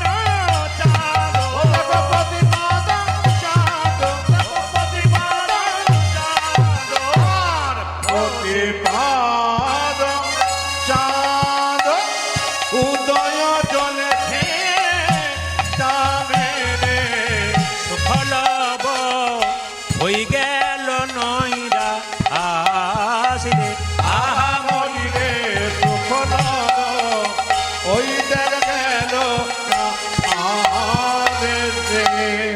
আমার আর আমার বধূর প্রেমটি হচ্ছে প্রতিপদ চাঁদের মতো। মায়েরা, এই যার নিমিত্তে কীর্তন গান, তিনি যেদিন মারা গিয়েছিলেন, যখন মাচাতে চাপানো হলো শ্মশানে নিয়ে যাবার জন্যে, তখন দেখবেন যারা তার মেয়ে হোক বা খুব কাছের হোক, তারা দেখবেন হাহাকার করে কাঁদছিলেন। কিন্তু তিনি কি মাচা থেকে আর নেমে আসবেন? জোরে বলুন হ্যাঁ না না। যে চলে যায় সে কখন আর ফিরে আসে? তো ভগবান শ্রীকৃষ্ণ বলছে, এই ললিতা বলছে, রায় তোর বধূ যখন অক্কুরের রথে চেপে বৃন্দাবন থেকে মথুরা চলে যাচ্ছ, তুই পথে আটকালি না কেন? পথে রাস্তা ধরে দাঁড়িয়ে থাকতি, তোর বধূ যেতে পারতো না? রাধারানী কেঁদে কেঁদে বলছে, ললিতা রে, আমার বধূ যখন অক্কুরের রথে চেপে চলে যায়, তখন আমি রথের চাকা ধরে কত কাঁদিলাম। আস্তে, গল্প নয়, সামনে গল্প নয়। সবাইকে আপনি ফোঁটা দেবেন না, আস্তে, সবাইকে ফোঁটা দেবেন না, কীর্তনে ডিস্টার্ব হয়। এক আধজনকে দিয়ে দেবেন ব্যাস। কারণ বলুন তো, সবাইকে দিতে গেলে কীর্তন শুনতে ডিস্টার্ব হবে। হ্যাঁ, সেই সময় কিন্তু কথা ফাঁক হয়ে যাবে। হরে কৃষ্ণ। একবারে ভক্তি ভরে শুনছেন কীর্তন, এর উপরে কিছু হয় না। সবাই মিলে উলুধ্বনি দিন, নিতাই গৌর হরি হরি। আমার আর আমার বধুর প্রেমটি প্রতি পদচাঁদের মতো। এইদিকে, আমার বধূ যখন অক্কুরের রথে চেপে চলে যাচ্ছে বৃন্দাবন ছেড়ে মথুরায়, রাধারানী বলছে, আমি রথের চাকা ধরে কত কাঁদলাম, কত কাঁদলাম। কেঁদে কেঁদে বললাম, বধূ হে, তুমি আমায় ছেড়ে চলে যেও না, আমায় ছেড়ে চলে যেও না। আমার বধূ আমায় কত ভালোবাসে জানিস। অক্কুরে রথ হতে নামলো, এক হাতে গঙ্গা জল তুলসী পত্র দিয়ে আমার মাথায় ঠেকিয়ে বলল, রাধে, কেঁদে কেঁদে আমার যাবার পথটা পিছিল করে দিও না। আমি তোমাকে কথা দিলাম, আজ যাব, কাল ফিরে আসব। কিন্তু ললিতা রে, আমার বধূর কথাটি কেমন জানিস? দোকানদারের মতো। আপনাদের পূর্ব বর্ধমানে আছে কিনা জানি না, কিছু কিছু দোকানে দেখবেন ওপরে লেখা থাকে আজ নগদ কাল ধার। আজকে আপনি 100 টাকা দিয়ে গেলেন নগদ নেবো, আবার কালকে ভাববেন যে ধার নেবো, কালকে গিয়ে দেখবেন আবার লেখা আছে আজ নগদ কাল ধার। কালই আর হচ্ছে না। ভগবানের কথার মধ্যে পেঁচ আছে কিন্তু। বলছে আজ যাব, কাল ফিরে আসবো। রাত্রি পেরলো তো আবার আজ হয়ে যাচ্ছে, কাল তো হচ্ছে না। এগুলো বোঝার মতো জিনিস কিন্তু। কেমন গোবিন্দ কথা দিয়েছে, আজ যাব, কাল ফিরে আসবো, কিন্তু ফিরে আসছে না কেন? রাত্রি পেরোলেই আজ হয়ে যাচ্ছে, আর কাল কিন্তু কোনো মতে হচ্ছে না। রাধারানী কেঁদে কেঁদে বলছে, আমার বধূ চলে গেল। তো রাধারানীকে সখীরা বলছে, হ্যাঁ রে, তোর বধূ যে চলে গেল, তো তুই তো বাধা দিয়েছিলি? বলে, হ্যাঁ আমি বাধা দিয়েছিলাম, আমার মাথায় হাত দিয়ে কথা দিয়েছিল আমি আজ যাবো, কাল ফিরে আসবো, কিন্তু আমার বধূ এলো না। তবে জানিস ললিতা, আমার বধূ যে 100 বছর চলে গেছে, আমি স্নান করি না। মায়েরা, 5 দিন স্নান না করলে আপনাদের মাথা খারাপ হয়ে যাবে। কিন্তু রাধারানী 100 বছর স্নান করে নাই। 100 বছর আমি পা ধুই নাই। তাকান, 100 বছর পা ধুই নাই। তুই 100 বছর স্নান করিস নি, 100 বছর পা ধুসনি? বলছে না। কেন জানিস? আমার বধূ যেদিন অক্কুরের রথে চেপে চলে যাবে, তার আগের রাত্রিতে আমাকে কোলে বসিয়ে বলল, রাধে, তুমি আমাকে কেমন ভালোবাসো? আমরা, ওগো বধূ, আমি তোমাকে প্রাণের চেয়ে ভালোবাসি। ভগবানকে রাধারানী জিজ্ঞেস করলো, তুমি আমাকে কেমন ভালোবাসো? কৃষ্ণ বলল, আমিও তোমাকে প্রাণের চেয়ে ভালোবাসি। আচ্ছা, এই দিকে তাকান, কীর্তন তো এইদিকে হচ্ছে। ঘরে গিয়ে আপনি হাজার গল্প করতে পারবেন, কিন্তু এখানে করলে আপনার পেছনে যে থাকবে সে কিন্তু বিরক্ত হচ্ছে। আমি বারবার বলবো, যিনি কীর্তন শুনতে শুধু গল্প করবেন, তাকে মাথায় রাখতে হবে যে আমার পেছনে যিনি আছেন তিনি কিন্তু ভুরু কুচকাচকে আপনাকে দেখে খুব বিরক্ত হচ্ছে। কারণ আমি দেখতে পাচ্ছি যখনই কেউ গল্প করছে, পাশের জন কিন্তু আপনাকে দেখে খুব বিরক্ত হচ্ছে। আর আপনি যদি কারো বিরক্তির কারণ হন, ভগবানের নাম হচ্ছে আর তিনি শুনছেন মন দিয়ে, তাকে বাধা দেন, তাহলে আপনি অপরাধী হয়ে যাবেন। তার চাইতে সবচাইতে বিচারের বোধ কি জানেন? যদি কারো খুব প্রয়োজন থাকে তিনি ঘরে গিয়ে গল্প করবেন, কিন্তু এখানে নয়। আপনি যতক্ষণ থাকবেন একবারে এইদিকে কান দিয়ে, মন কিন্তু অন্য জায়গায় রাখবেন না। ভগবান বলেছেন যে মন মানা মত ভক্ত। তুমি কটা আপেল দিলে, কটা লেবু দিলে গোপীনাথ তোমার খাই না কেন বলুন তো? উনি খান না, উনি দেখেন তুমি প্রেমের ভাবে নিয়ে গেছো না অহংকারের ভাবে নিয়ে এসছো। এই জন্য কীর্তন যে শুনতে এসছেন, ভগবান কি করছেন? তিনি দেখছেন যে আপনারা অহংকারের ভাবে এসছেন না প্রেমের ভাবে নিয়ে এসছেন। যিনি প্রেমের ভাবে এসছেন তাকে প্রেমিক হিসাবে কাছে নেবে, আর যার ভেতরে অহংকার আছে, আনমনা আছে, মনে দেখো এখানে মন ঘরের মধ্যে ছটপট ছটপট করছে, এখান থেকে তার কোনো লাভ হবে না। এই জন্য বারবার বলবো, ভগবান বলেন মন মানা ভবা মত ভক্ত। ভক্ত, তোমার মনটা আমাকে দাও। এই জন্য যতক্ষণ কীর্তন শুনবেন মন কিন্তু গোবিন্দের চরণে রাখবেন। তো রাধারানী বলছে, আমি 100 বছর স্নান করি নাই। কেন জানিস? আমার বধূ আমাকে মথুরা যাবার আগে রাত্রিবেলায় সুন্দর করে সাজিয়ে দিল, স্মৃতিতে সিঁদুর দিল, নয়নে কাজল দিল, স্মৃতিতে সিঁদুর দিল, নয়নে কাজল দিল, আর গোবিন্দ নিজের হাতে আমার চরণে আলতা পরিয়ে দিল। আমি আলা ভোলা গোয়ালিনী, কৃষ্ণ সেবার কিবা জানি, কিন্তু আমার বধূ আমাকে চরণে আলতা পরিয়ে দিল। বলল, বধূ রাধে, আমি আজ যাব, কাল ফিরে আসবো, তুমি এগুলো যেন ধুয়ে মুছে পরিষ্কার করে দিও। আমার গোবিন্দ 100 বছরে গেছে, আমি স্নান করি নাই কেন জানিস? আমি যদি স্নান করে দিই তবে আমার স্মৃতির সিঁদুরটা কিন্তু মুছে যাবে। আমি যদি স্নান করে দিই, বেনি মাধবের বাঁধা বেনি নষ্ট হয়ে যাবে। আমার চরণের আলতা যদি আমি জলে ধুয়ে দিই তবে আমার আলতাটা পর্যন্ত নষ্ট হয়ে যাবে। এই জন্য বারবার বলা হচ্ছে কি জানেন, রাধারানী কেঁদে কেঁদে বলছে, আমি 100 বছর স্নান করি নাই, তবে আমার বধূ যদি ফিরে আসে আমি সিঁদুর দেখাতে পারবো যেহেতু স্নান করি নাই, চরণের আলতা দেখাতে পারবো যেহেতু স্নান করি নাই, বেনি দেখাতে পারবো যেহেতু স্নান করি নাই, সব দেখাতে পারবো। গোবিন্দ যদি ফিরে আসে দুটো জিনিস দেখাতে পারবো না। কোন দুটো জিনিস? নয়নের কাজল দুটো। কেন? কৃষ্ণ বলে কেঁদে কেঁদে আমার নয়নের কাজল মুছে গেছে। নিতাই গৌর হরি বল। নয়নের কাজল মুছে গেছে রে, নয়নের কাজল মুছে গেছে রে। আমার নয়নের কাজল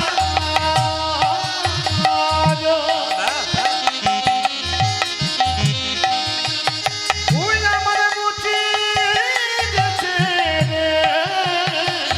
ওই যে কৃষ্ণ বলে কেঁদে কেঁদে নয়নের কাজল মুছে গেছে। ওরে কৃষ্ণ বলে কেঁদে আর কৃষ্ণ প্রাণ গোবিন্দ বলে হরি বল। কৃষ্ণ বলে কেঁদে কেঁদে আমি যে প্রাণ গোবিন্দ বলে, কৃষ্ণ বলে আজ কৃষ্ণ প্রাণ গোবিন্দ বলে নয়নের কাজল মুছে গেছে রে। দেখলাম, পরীক্ষা করে দেখলাম যে আপনারা কত ডুবে গেছেন। আমি কি বলছি দেখবেন, নজন এই সবাই জয় দিচ্ছেন মানে বুঝলাম ডুবে গেছেন। আর গরম লাগছে কি বলাতে চুপ করে গেলে বুঝতাম যে না, হ্যাঁ গরমও লাগছে। ঠিক, ফ্যানে বসুন, অসুবিধা নেই। যেটা বলুন রাধে রাধে, আরো জোর সে বলনা পারেগা, दोनों हाथ उठा के बोलो, प्रेम से बोलो राधे राधे राधे राधे राधे राधे। বসুন। আচ্ছা মায়েরা, এই যে আমরা মারা যাই, আমাদের দেহ সৎকার কিন্তু 3 ভাবে হয়। একটা অগ্নি সৎকার, একটা মৃত সৎকার, মৃত সমাধি, আর একটা দেখবেন সলিল সমাধি। এদিকে একটা সলিল সমাধি, একটা মৃত সমাধি, একটা অগ্নি সৎকার। দেখুন আস্তে আস্তে বাবা, বয়স্ক বাবারা যারা দাঁড়িয়ে আছেন কষ্ট করে এসছেন, ওনাদেরকে একটু জায়গা করে দিন, এই সামনের দিকে জায়গা করে দিন, একটু ধরে ধরে দিন, ধরে ধরে দিন একটু, হ্যাঁ এই সামনে চট্টাই দিকে দিয়ে দিন। হরে কৃষ্ণ। কীর্তন চলাকালীন নিজ নিজ জায়গা গ্রহণ করুন। হ্যাঁ, হরে কৃষ্ণ। আপনাদের তো অগ্রদ্বীপের জায়গাটা ছোট নয়, অনেক বড় জায়গা, সবাই ভাগ্যে আসেনি, নইলে তো জায়গা দিতে পারতেন না। হরে কৃষ্ণ।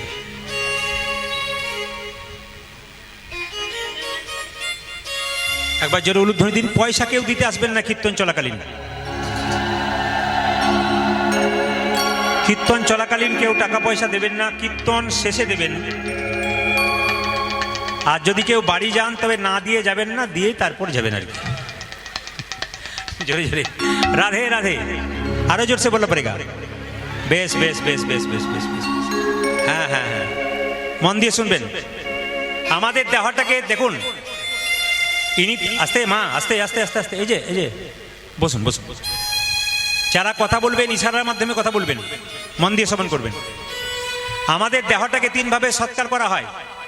একটি অগ্নি সৎকার, একটা মৃত সমাধি, একটা সলিল সমাধি। এই যে যিনি মারা গিয়েছেন যে বাবা, তাকে তো অগ্নি সৎকার করেছে নাকি? আচ্ছা নিয়ম কি দেখুন, যেগুলো আমরা জানি না সেগুলো জানিয়ে দিয়ে যাব। নিয়ম হচ্ছে, যখন বাবা আপনার মারা গেলেন, শ্মশানের চিতাতে যখন শুইয়ে দিলেন, যিনি ছেলে, 1 ছেলে হোক আর 4 ছেলে হোক, যিনি বড় পুত্র, তিনি কি করবেন? ওই শ্মশানের চিতাটাকে 3 বার ঘুরে, অগ্নি হাতে নিয়ে 3 বার ঘুরে চিতাতে অগ্নি প্রদান করবে। এটা নিয়ম। কিন্তু ওই যে আগুন আমরা দিই তখন একটা কথা বলার আছে, আমরা 100 জনের মধ্যে 99 বলি না এবং জানিও না, এটা জেনে যেতে হবে। 100 জনের মধ্যে 99 জন জানি না, আর একজন জানি, আর 2-4 জন জানলে আবার করেও না। জেনে নিন, যখনই আপনার বাবা মারা গেলেন বা মা মারা গেলেন, আপনি যখন চিতার ধারে 3 বার ঘুরবেন আগুন নিয়ে, তখন আপনাকে বলতে হবে, হে ব্রহ্মা, অগ্নিদেব, আমার বাবা যতদিন বেঁচে ছিলেন যদি কোনো কর্ম খারাপ করে থাকে ভুল করে, হে অগ্নিদেব তুমি নিজ গুণে আমার পিতাকে ক্ষমা করো। এত সুন্দর কথা বলা আছে, আমরা কেউ বলি না, জানিও না। কেন বলুন তো, যত আপনাদের এদিকে নাই, আমাদের ওদিকে আছে। কেউ যদি মারা যায়, যারা ঘাটে যাবে শ্মশান যাত্রী হয়ে, তারা প্রথমেই বলে এই রকম ব্যবস্থা আছে, তাহলে যাবো, নইলে। কত লজ্জার ব্যাপার, কত কত খারাপ জায়গায় পৌঁছাচ্ছি আমরা। হ্যাঁ, আমার বাবা মরে গেছে আর তোমরা দল বেঁধে মদ খেতে যাবে। আমার বাবা তো স্বর্গে না গিয়ে তো নরকে যাবে। 50 জনকে নিয়ে গিয়ে লাভ নেই যারা মাতলামি করে, ভালো লোককে নিয়ে যান, 5 জন নিয়ে যান, আপনার বাবা শেষকৃত্য সম্পন্ন হবে এবং গোবিন্দ চরণ প্রাপ্ত। অন্যান্য জাতির মধ্যে এই নোংরামি নাই যেটা আমাদের মধ্যে আছে। আপনার নিজে নিজে শর্ত করবেন, ভাই যারা মদের কথা বলবে তাদের যাবার দরকার নাই, যারা পবিত্রভাবে আমার বাবা মায়ের সৎকার করতে যাবে একমাত্র তাদেরকে, তাতে 5 জন হোক ক্ষতি নাই, কিন্তু 5 জনকে নিয়ে যাব। কিন্তু মাতাল নিয়ে গিয়ে মাতলামি করব, আমার মা দহন হবে আর আমি তার সামনে চোখের জল ফেলবো, আর তুমি মাতলামি করবে মদ খেয়ে, এটা এখন আমাদের সমাজে প্রচলিত হয়ে গেছে। কিন্তু তাই বারবার বলবো, এগুলো থেকে দূরে থাকুন, নাহলে সংসার কিন্তু নষ্ট হচ্ছে। হিন্দু সনাতন ধর্মকে রক্ষা করুন, আরও রক্ষা করুন, রক্ষা তো হয়েছে, আরও রক্ষা করুন, সম্প্রীতি বজায় রাখুন, ভালোবাসতে শিখুন সব ধর্মের মানুষকে, কিন্তু নিজের ধর্মের মানুষকে অপমান করবেন না, কাউকে ছোট করবেন না। এটা বারবার নিবেদন রইল আপনাদের কাছে। সবাই লক্ষ্য করুন মায়েরা, যে যেখানে ছিলাম। আর দ্বিতীয় হচ্ছে কি, মৃৎ সমাধি। যারা দেখবেন প্রকৃত বৈষ্ণব। কোন বৈষ্ণব? শুধু জাতি বৈষ্ণব হলে হবে না। কোন বৈষ্ণব? যিনি মালা তিলক করেন, যিনি সারা জীবন নিরামিষ খান, যিনি সারা জীবন গোবিন্দ ভজনা করেছেন, যিনি একাদশী করেছেন, যিনি নাম কীর্তন ছাড়া কিছু বোঝেন না, সংসারের মধ্যেই থাকেন, একমাত্র তারই কিন্তু মৃৎ সমাধি হয়। যেমনভাবে তিলক কেটে তিনি নাম জপ করতেন, সেইভাবে তাকে সমাধি দেবার আগে গর্তের মধ্যে মাটি খনন করে তাকে বসিয়ে দেওয়া হয়, কিছু লবণও পর্যন্ত দেওয়া হয়। কেন বলুন তো? যাতে শরীরে পোকা সহজে না ধরতে পারে। এটা হচ্ছে মৃৎ সমাধি। আর সলিল সমাধি কেমন? আপনাদের অগ্রদ্বীপের ঘাটে বেরোলাম এই প্রথম, আর কাটোয়ার ঘাট দিয়ে আমি ওই নদিয়া প্রচুর গান করি, ওই জন্য কাটোয়াতে প্রচুর আমি গাড়ি চাপিয়ে যাই আর কি। কিন্তু এটাতে প্রথম এলাম প্রভুর কাছে, এর জন্য আমি খুব গর্বিত এবং আমি ধন্য যে গোপীনাথজিও আমাকে এই সময়টাতে ওনার মাটিতে আমাকে ডেকেছেন। এই জন্য আমি খুব আজকে গর্বিত, আমার দলের ছেলেরা খুব আনন্দিত। কারণ আমরা জেলায় জেলায়, রাজ্যে রাজ্যে, আগামীতে ভিন দেশে আমরা কীর্তন করতে যাব। প্রচুর ডাক আছে। আমি ত্রিপুরা যাই, আসাম যাই, হ্যাঁ, আমি বোম্বে যাই, হায়দ্রাবাদ যাই, ব্যাঙ্গালোর যাই, প্রত্যেকটি জায়গায় যাই, সব প্লেনের মাধ্যমে যাই। ত্রিপুরাতে ওরা আপনাদের হয়তো কীর্তন কম বুঝলেও তত্ত্ব কথা, মানে মহাভারত রামায়ণের কথা কিন্তু ওরা 3 ঘন্টা ধরে শুনবে। মানে হাজার হাজার ভক্ত, একটা শব্দ করবে না, একবারে চুপচাপ মাথা নিচু করে শুধু রামায়ণ মহাভারতের কথা আপনি ঘন্টার পর ঘন্টা বলে যান, দেখবেন চুপচাপ শুনবে। এক এক জায়গায় একটা করে রীতি আছে, কিন্তু এই রীতি অনুযায়ী আমাদের কীর্তন করতে হয়, যেখানে যেমন চাই আর কি। এই জন্য আপনাদের কাছে নিবেদন রইল যে এই মাটিতে এই প্রথম এলাম, ধন্য হলাম এই অগ্রদ্বীপে এসে। আর দ্বিতীয় কথা কি, অগ্রদ্বীপে যিনি আমাদের মন্দিরে সেবায়িত রয়েছেন, তিনি কালকে রাত্রিতে গিয়েছিলেন, অনেক কথাই বললেন, খুব ভালো লাগলো কম বয়সের। আজকেও মন্দিরে গিয়েছিলাম, ভক্তদের দর্শন করলাম, প্রভুকে দর্শন করলাম, এবং যিনি সেবায়িত একজন ব্রাহ্মণ ছিলেন তিনিও ভালো ভালো কথা বললেন। আমার খুব ভালো লেগেছে আর কি, প্রভুর কৃপায় আপনাদের এই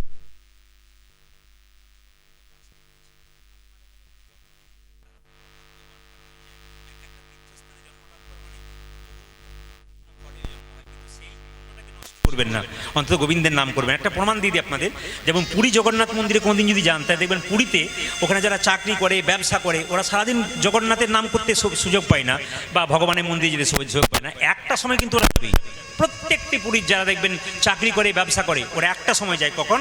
যখন অফিসে যাবে তার আগে স্নান করতে হয়, তো ওরা সমুদ্র থেকে 2 কিলোমিটার প্রায় জগন্নাথ মন্দির, ওখান থেকে স্নান করে কারো দিকে তাকাবে না, খালি জগন্নাথ জয় জগন্নাথ, জয় জগন্নাথ, জয় জগন্নাথ বলতে বলতে একবার জগন্নাথ মন্দিরে গিয়ে জগন্নাথকে দর্শন করে, জগন্নাথকে প্রণাম করে তারপর নিজের কাজে চলে যায়। সারাদিন হোক আর না হোক ওই সময়টা কিন্তু ডাকবে। তাই আপনারা অগ্রদ্বীপের এখানে আছেন, অনেক ভক্তই আছেন যারা দেখছেন স্নান করার পরে প্রথমে গোপীনাথজিউকে প্রণাম করে তারপর নিজের কাজ শুরু করে। এগুলো দেখতে পাচ্ছি। এগুলো করবেন আপনারা যারা আছেন। স্নান করার পর প্রথমে গোপীনাথকে দর্শন করবেন, গোপীনাথের আশীর্বাদ নেবেন, তারপর কাজ শুরু করবেন। যদি কোনোদিন যেতে না পারেন বাড়ি থেকে প্রভুকে স্মরণ করবেন। আরে বাবা, ভগবান দেখছেন, বাড়ি থেকে করুক আর বাইরে থেকে করুক, তিনি তো করছেন। তো সবার কাছে নিবেদন, একটা সলিল সমাধি। যেমন নদীতে দুটো নৌকা, পরপর দুটো নৌকা একবার সেটিং করা আছে, নৌকার উপরে কিন্তু মৃতদেহটা চাপানো আছে। মাঝ নদীতে গিয়ে দুটো নৌকা সরে গেল আর মৃতদেহটা জলে পড়ে গেল। এটার নাম সলিল সমাধি। এটা আমাদের ভারতবর্ষের উত্তরে পাওয়া যায়, এদিকে কিন্তু এটা পাওয়া যায় না। ভারতবর্ষের উত্তরে দেখতে পাবেন। তো যাই হোক, রাধারানী কেঁদে কেঁদে বলছে, আমি এক যুগে কাঁদিনি, আমি 4 যুগে কেঁদেছি। তাই তিনি 4 যুগের কথা বলছেন। কেঁদে কেঁদে দিন কেটেছে, আমি গানের মাধ্যমে বলে দেবো, ব্যাখ্যা করতে গেলে সময় লাগবে। কেঁদে কেঁদে দিন কেটেছে, আমি এমনি হতভাগিনী, 4 যুগে আমি যোগ মন্দ ভামিনী। আজ 4 যুগে আমি বড় মন্দ ভাগিনী। ও গো 4 যুগে আমি বড় মন্দ ভাগিনী। কেঁদে কেঁদে দিন কেটেছে, এমনি হতভাগিনী, 4 যুগে আমি বড় মন্দ ভামিনী। আজ 4 যুগে আমি বড় মন্দ ভাগিনী। ও গো 4 যুগে আমি বড় মন্দ ভাগিনী। সত্য যুগে সতী সুখে ছিলাম সত্য নারায়ণী, দুর্বাসারি অভিশাপে হলাম মর্তবাসিনী।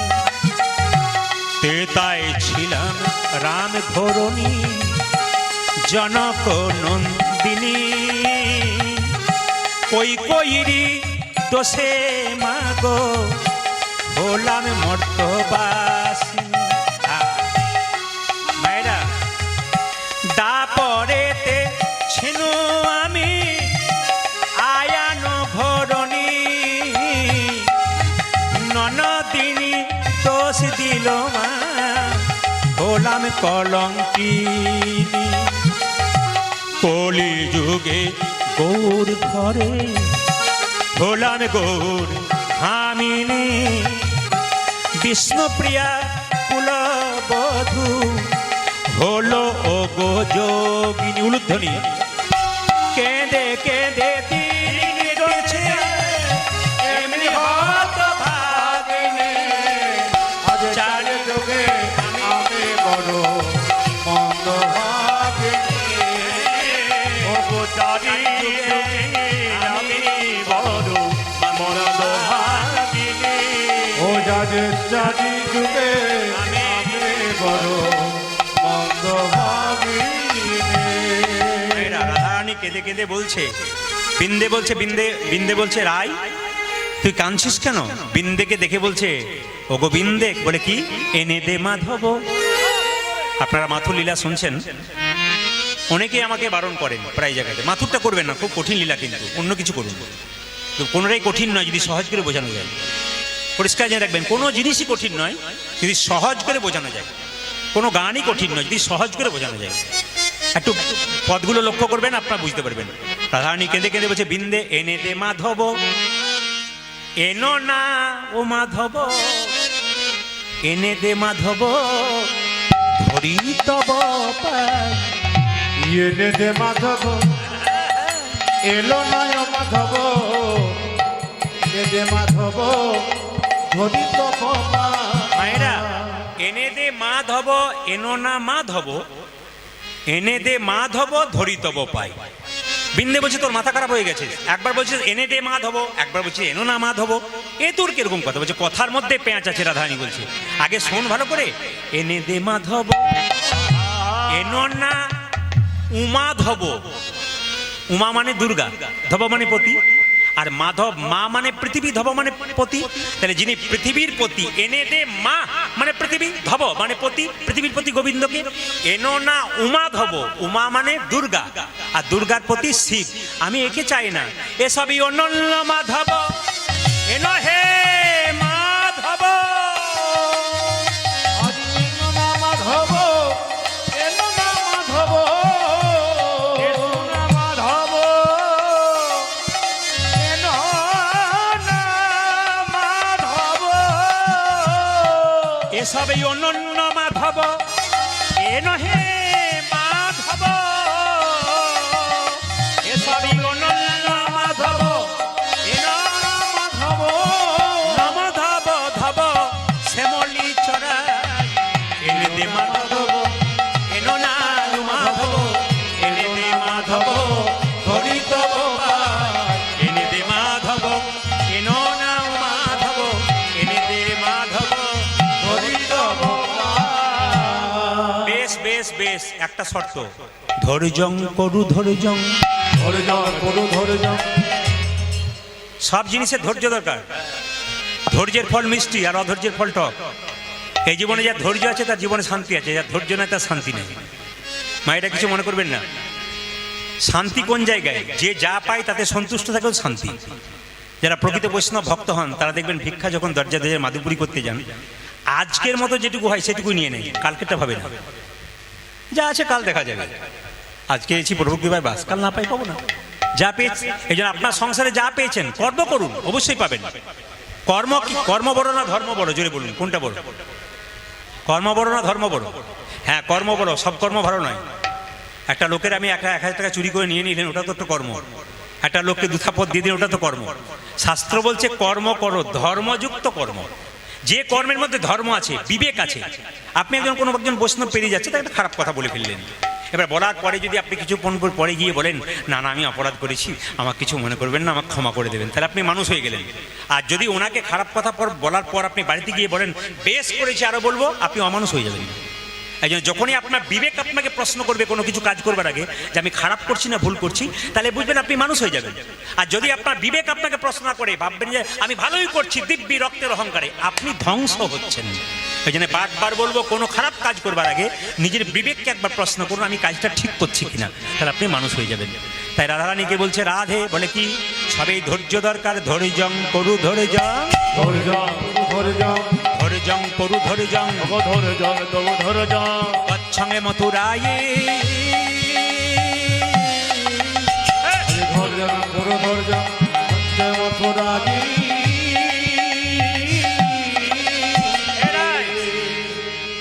আমি যেতে পারি, তোর এই কাঁদা বদন দেখবো না। কাঁদলে যাওয়া হবে না রাই, কাঁদলে যাওয়া হবে না রায়, কাঁদলে যাওয়া হবে না রাই, কাঁদলে যাওয়া হবে না রায়। এমন করে কাঁদিস না রাই, কাঁদলে যাওয়া হবে না রাই। এমন করে কাঁদলে না রায়, কাঁদলে যাওয়া হবে না ও যে রায়। এমন করে কাঁদিস না রাই, কাঁদলে যাওয়া হবে না রাই। এমন করে কাঁদলে না রায়, কাঁদলে হবে না রায়। মায়েরা এদিকে বলছে, কাঁদলে কিন্তু যা হবে না, চুপ করে বসে থাক। মায়েরা সবাই লক্ষ্য করুন। এখন রাধারানীকে প্রণাম করে যখন চলে যাচ্ছে বিন্দেদুতি, হঠাৎ পেছন ফিরে এলো। যেই না পেছন ফিরে এসছে, রাধারানী বলছে, হ্যাঁ রে তুই পেছন ফিরে এলি কেন? ও মায়েরা, আপনার ছেলে যদি বাইরে যায়, আপনাকে প্রণাম করে চলে গেল, হঠাৎ করে আবার ফিরে আসছে, আপনি বলবেন না, আরে কিছু ভুলে গেছিস নাকি? এইদিকে এইদিকে এইদিকে, কিছু ভুলে গেছিস নাকি? তো রাধারানী বলছে, হ্যাঁ রে বিন্দে কিছু ভুলে গেলি? বলছে, না না, বৃন্দাবনে যখন গোবিন্দ ছিল তখন একটা দস্তখত লিখেছিল, কাগজে একটা জিনিস লিখেছিল, কি?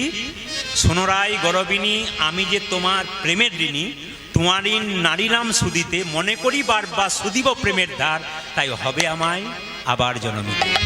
ওই কাগজটাতে বলছে, তো আমার গোবিন্দকে আনতে হবে, তো কাগজের কি দরকার আছে? আস্তে আস্তে আস্তে আস্তে আস্তে গোবিন্দকে আনতে হবে, তার জন্য কি কাগজে কি দরকার? বলছে, শোন, এখানে ছিল রাখাল, ওখানে রাজা। যে সাইকেলে চেপে যেত লটারি টিকিটে টাকা পেয়ে, সে যদি একটা মানে কি বলে 10 লাখ টাকা গাড়িতে যাবে, তার কি সাইকেলের কথা মনে থাকবে? মনে থাকবে না। এখানে রাখাল হয়েছে, রাজা হয়েছে, যদি তোর কথা না মনে পড়ে থাকে, আমি কি প্রথমেই দেখাবো? দেখাবো না, আমি ভালোই ভালোই বলবো, যদি আসে তো ভালো। বলছে, শোন, হ্যাঁ আমি এই কাগজটা আমাকে দিয়ে দিই। ওই যে তোকে বলেছিল সোনারাই গরবিনী, আমি যে তোমার প্রেমের ঋণী, তোমারিনে নারী নাম সুদিতে, মনে করি বারবার সুদিব প্রেমের ধার, তাই হবে আমায় আবার জনমিতে। আবার জনমি ওগো রাধে, জগতে তোমার প্রেমের ঋণ শোধ করতে পারলাম না। করতে পারলাম না। লেখা ছিল এই কাগজে, যেদিন কলিযুগে গৌর হব, সেদিন আমি কি করব জানো? মাথায় বাঁধব নামা বলি, কাঁধে নেব ভিক্ষার ঝুলি। ওগো মাথায় বাঁধিব নামা বলি, কাঁধে নেব ভিক্ষার ঝুলে। মাথায় বাঁধব নামা বলি, কাঁধে নেব ভিক্ষার ঝুলি। ওই আমি মাথায় বাঁধব নামা বলি, আজ কাঁধে নেব ভিক্ষার ঝুলি। জয় রাধে শ্রী রাধে বলে বেড়াইব দারে দারে। ওগো জয় রাধে শ্রী রাধে বলে বেড়াইব দারে দারে। জয় রাধে শ্রী রাধে বলে বেড়াইব দারে দারে। আজ জয় রাধে শ্রী রাধে বলে বেড়াইব দারে দারে। এই যে, আমি দারে দারে বেড়াইব, আমি দারে দারে বেড়াইব। দারে দারে বেড়াইব। ওই আমি দাঁড়ি দাঁড়ি বেড়াইব। জয় রাধে শ্রী রাধে বলে দারে দারে বেড়াইব। ওগো জয় রাধে শ্রী রাধে বলে রাধে দয়া কর বলে, রাধে শ্রী রাধে বলে, রাধে দয়া কর বলে, জয় রাধে শ্রী রাধে বলে। ওগো রাধে দয়া কর বলে, আমি জয় রাধে শ্রী রাধে বলে বেড়াইব দারে দারে। জয় রাধে শ্রী রাধে বলে বেড়াইব দারে দারে। জয় রাধে শ্রী রাধে বলে বেড়াইব দারে দারে। রাধা রানী কি, জয় হো শ্যাম সুন্দর কি, জয় হো। মদন মোহন কি, জয় হো গোপীনাথ জিউ কি, জয় হো গোপীনাথ জিউ কি, রাধা রানী কি, জয়। প্রাণ গোবিন্দ কি। আচ্ছা, কিছু মনে করবেন না, আপনাদের কি খিদে টিদে কিছু পাই না? এ তো সব জায়গাতেই হয়। মানে রাত্রিবেলাতে কীর্তন হলে, কয়েকদিন আগে আমি 25 তারিখে গাইছিলাম ধুবুলিয়াতে, রাত্রি 12টা বেজে গেছে, তো বললাম আপনারা খাবেন না? বলে না না, এখনো চলবে ঘন্টা দুয়েক। বলে দেখুন, কিছু মনে করবেন না, আমি দিনে গান কম করি, কারণ আমাদের প্রচুর গান রাত্রেই হয়, আর আমি একদিনে বেশি কোথাও সময় দিতে পারি না, খুব বেশি 2 দিন, খুব কমই একদিনই দিই। সব গান রাত্রে হয়তো দিনে করা অভ্যাস নেই, প্রচণ্ড গরম থাকে। তো এই গরমের মধ্যে আপনাদের কাছে এলাম, আপনারা ভালো থাকবেন আর আপনার প্রসাদ পাবেন, ভালো থাকবেন। আসুন সবাই মিলে একটু মাথায় কাপড়টা নিন। ভগবান শ্রীকৃষ্ণ কিন্তু বৃন্দাবনে ফেরে নাই, কিন্তু ভক্তের মনোবাসনার জন্য পদকর্তা চণ্ডীদাস ঠাকুর তিনি কিন্তু এটা করেছেন। ভগবান শ্রীকৃষ্ণ কি করলেন মায়েরা? বৃন্দে বলে, তাহলে এক কাজ করে, একবার বজে চলো বজেশ্বর দিনে কি দুইয়ের তরে, উলুধ্বনি। একবার বজে চলো বজেশ্বর দিনে কে তুইয়ের মতো। একবার ব্রজে চলো ব্রজেশ্বর দিনে কি দুইয়ের তরে। ব্রজে চলো ব্রজে ধরো তুই মায়েরা, হ্যাঁ সবাই শুনবেন, আসে সবাই শুনবেন। এই যে গানটি, এই গানটা কিন্তু রামকৃষ্ণ পরমহংসদেবের খুব প্রিয় গান ছিল, আর সারদা মায়ের সবচেয়ে প্রিয় গান ছিল। কেন বলুন তো? না, সারদা মাকে যখন ভক্তরা কলকাতার বাগবাজারে একটা বাড়ি করে দিলেন, তখন ভক্তরা জিজ্ঞেস করলেন, মা তোমার যে বাড়ি করে দিলাম তুমি কি চাও? সোনা দানা গয়নাগাটি বলো, সব দেবো মা, তোমাকে দেবো। তো সারদা মা বলেছিল, বাবা আমার সোনা দানা গয়নাগাটি চাই না, আমাকে একটা ভালো কীর্তনিয়া দেখে কীর্তন শুনিয়ে দে, আর কীর্তনটা যেন মাথুর গান হয়।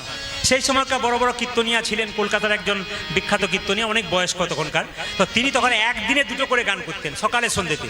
তো মা সারদা গান শুনবেন বলে সকালবেলায় গান করতে গেছেন, তো মিলন না দিয়েই চলে যাচ্ছেন। তখন সারদা মা বলছে, বাবা কীর্তন করছো, মাথুলীলা করছো, মিলন যদি না দাও, তোমার আমি জানি গানের তারা আছে, কিন্তু মিলন না দিয়ে যেতে নাই বাবা, মিলন দিয়ে যাও। এই জন্য সারদা মায়ের খুব প্রিয় গান এটি, এই জন্য আপনারা সবাই মিলে একটু উলুধ্বনি দেবেন। একবার বজে চলো বজেশ্বর দিনে কি দুইয়ের তরে। একবার ব্রজে চলো ব্রজেশ্বর তুই দিনের মতো। একবার ব্রজে চলো বজেশ্বর দিনে কি দুইয়ের তরে। একবার বজে চলো বজেশ্বর দিনে কে তুইয়ের মতো। ও যে মন মানে তো থাকবে সেটা, মনে তো থাকবে সেটা, মন মানে তো থাকবে সেটা, মনে তো থাকবে সেটা। নইলে আসবে ফিরে গো। বজে চলো বজেশ্বর দিনে কি দুইয়ের তরে। বজে চলো বজেশ্বর দিনে। আচ্ছা দাঁড়ান, পয়সা দেবেন পরে। আপনার সবাই যারা বসে আছেন বা দাঁড়িয়ে আছেন, আমি বাবার নাম কি? বাবার নাম হ্যাঁ, বাবার খুব সুন্দর নাম ছিল নারায়ণচন্দ্র ঘোষ। বাবার নাম ছিল নারায়ণ ঘোষ। ওনার পুত্র তখন বলছে আর একটা পালা ধরুন। একটা পালা শেষ হচ্ছে, বলছে একটা পালা ধরুন। তাহলে এক পালাতে যা নিয়েছি পরের পালাটার দাম উনি দেবেন, আমি করে দেবো। হ্যাঁ হ্যাঁ, পদ করবো মায়েরা সবাই। হ্যাঁ, একবারে শেষে চলে এসেছি কিন্তু আর জায়গা নেই, প্রথমে করে দিয়েছি, যারা এসছেন তারা জানেন। যেরকম রাধা রানী কি, শ্যাম সুন্দর কি। আচ্ছা, 1:15 বেজে গেল বাবা, কিছু মনে করবেন না, বেশি বেলা না করাই ভালো। আপনারা যারা প্রসাদ পাবেন প্রসাদ পেতেও হবে, সব কিছুকে অ্যাডজাস্ট রাখতে হবে। আর আমাদেরও নিয়ম কি বলুন তো, আমাদের যে ছেলেরা আছে না দলে, এদের কিন্তু এক জায়গায় বাড়ি নয়, বিভিন্ন জায়গায়। তারা কেউ আজকে ট্রেন ধরবে, কেউ বাস ধরবে, হ্যাঁ, কেউ টোটো ধরবে, অনেক রকম কারো মোটর সাইকেল আছে, অনেক দূরে বাড়ি যেতে হবে। এই জন্য আপনাদের কাছে নিবেদন রইল, আপনারা ভালো থাকবেন। আবার যদি কোনোদিন গোপীনাথজি কৃপা করে নিশ্চয়ই